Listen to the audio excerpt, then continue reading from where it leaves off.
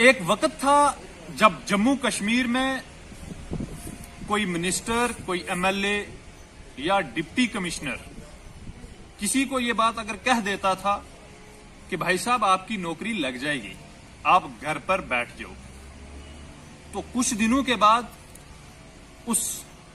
آدمی کا آرڈر گھر پر پہنچ جاتا تھا۔ وہ ایک وقت تھا جموں کشمیر میں، لیکن آج کیا وقت ہے؟ میں بات کلاس 4 کی جو نوکریاں، کلاس 4 کی جو ریکروٹمنٹ جموں کشمیر میں ہو رہی ہے اس کو لے کر کروں گا۔ دوستو، اس وقت کلاس 4 کی ریکروٹمنٹ کا پروسیس چل رہا ہے، ایگزام چل رہے ہیں۔ 8,575 پوسٹ کے لیے لگ بھگ 4 لاکھ لوگ، آپ انتہا دیکھو ان امپلائمنٹ کی، کہ کلاس 4 کے ایگزام کے لیے MPhil، PhD، BTech، MTech یہ لوگ آ کر اپلائی کر رہے ہیں۔ حالانکہ میں یہ نہیں کہوں گا کہ اس کے لیے اپلائی کرنا غلط بات ہے، لیکن میں نے پہلے بھی ایک بات کہی کہ ایک وہ وقت تھا جب کوئی MLA، منسٹر یا ڈپٹی کمشنر یہ بات کہہ دیتا تھا کہ آپ کا آرڈر گھر پر پہنچ جائے گا، تو وہ آرڈر گھر پر پہنچ جاتا تھا۔ کیونکہ اس بات کا میں بھی گواہ ہوں، میں بھی ایک سیاسی خاندان سے آتا ہوں، تو میرے دادا جی جو کوئی MLA یا منسٹر نہیں تھے، لیکن پھر بھی انہوں نے بہت سارے لوگوں کی with the help of ministers, MLA، کیونکہ ایک پولیٹیکل آدمی تھے وہ، تو بہت سارے لوگوں کی اتنی نوکریاں لگائیں جو آج میرے ہی علاقہ میں، میرے گاؤں میں 50 60 ہزار روپے تنخواہ لیتے ہیں، اور بہت سارے لوگ ریٹائر بھی ہو چکے ہیں۔ لیکن آج یہ وقت ہے کہ کلاس 4 کی ریکروٹمنٹ ہو رہی ہے، اور ایگزام جو میں نے پیپر دیکھے، میں دیکھ کر حیران ہو گیا، میں دیکھ کر دنگ رہ گیا کہ اتنا مشکل پیپر تھا کہ میں بتا نہیں سکتا۔ یقیناً وہ ایگزام، وہ پیپر جو ہے وہ کوئی PhD، MPhil کا ہی اسٹوڈنٹ جس نے ٹھیک ٹھاک تیاری کی ہوگی وہی اس ایگزام کو جو ہے وہ کوالیفائی کر پائے گا۔ ایک عام آدمی کے بس کی بات نہیں ہے، کیونکہ ہم یہ ایک متھ بنی ہے کہ چلو جی کلاس 4 میں اس کو لگا دیا جائے جو کوئی اور ایگزام کوالیفائی نہ کر پائے۔ بہت سارے مجھے بھی فون کالز آتے رہتے ہیں، بہت سارے ایسے میرے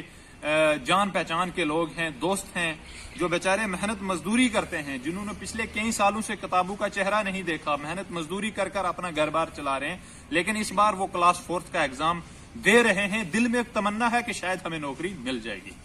لیکن جب پیپر کو دیکھا جائے، پیپر کو اٹھایا جائے، تو ایسا لگتا ہے کہ یہ نوکری ان کے مقدر میں نہیں ہے۔ یہ نوکری PhD، MPhil، BTech، MTech، لا یہی لوگ لے پائیں گے۔ یہ نوکری اتنی آسان نہیں ہے، کیونکہ اتنا مشکل پیپر SSB والوں نے ڈال دیا کہ میں بیان نہیں کر سکتا۔ اتنا مشکل پیپر تو سب انسپیکٹر، نائب تحصیلدار، اور انفیکٹ تو میں کہوں گا کہ KS والوں کا بھی شاید جو پری ہوگا وہ اتنا مشکل پیپر نہیں ہوگا۔ آپ لیول دیکھیں، ان امپلائمنٹ کا لیول دیکھیں۔ لہذا اب میں اس پر کیا ہی بات کر سکتا ہوں۔ SSB کو اس چیز کا دھیان رکھنا چاہیے تھا کہ لوگوں کو میرٹ کے مطابق جو ہے وہ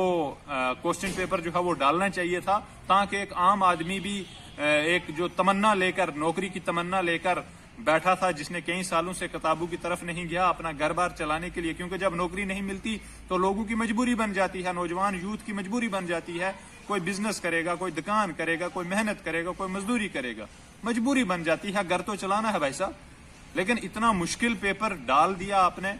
میں بیان نہیں کر سکتا۔ اور آپ دیکھو کہ ان امپلائمنٹ کی کتنی اس وقت جو ہے وہ مارا ماری چل رہی ہے۔ لہذا گورنمنٹ کو ایک بات کرنی چاہیے، یہ میں ایک سجیشن دیتا ہوں جموں کشمیر کی UT ایڈمنسٹریشن کو،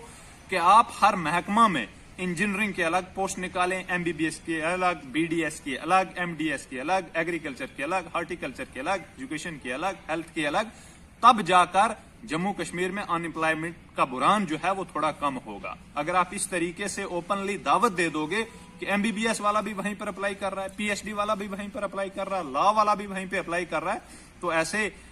جموں کشمیر کے نوجوانوں کا بس جو ہے وہ نہیں چلنے والا۔ لہٰذا ہر ڈپارٹمنٹ میں، الگ الگ ڈپارٹمنٹس میں آپ اچھی خاصی ریکروٹمنٹ کریں۔ میں نے پہلے بھی کہا تھا کہ لگ بھگ 84,000 تو ویکنسی ہے ابھی جموں کشمیر میں، آپ پہلے وہ فلفل کریں، اس کے بعد باقی چیزیں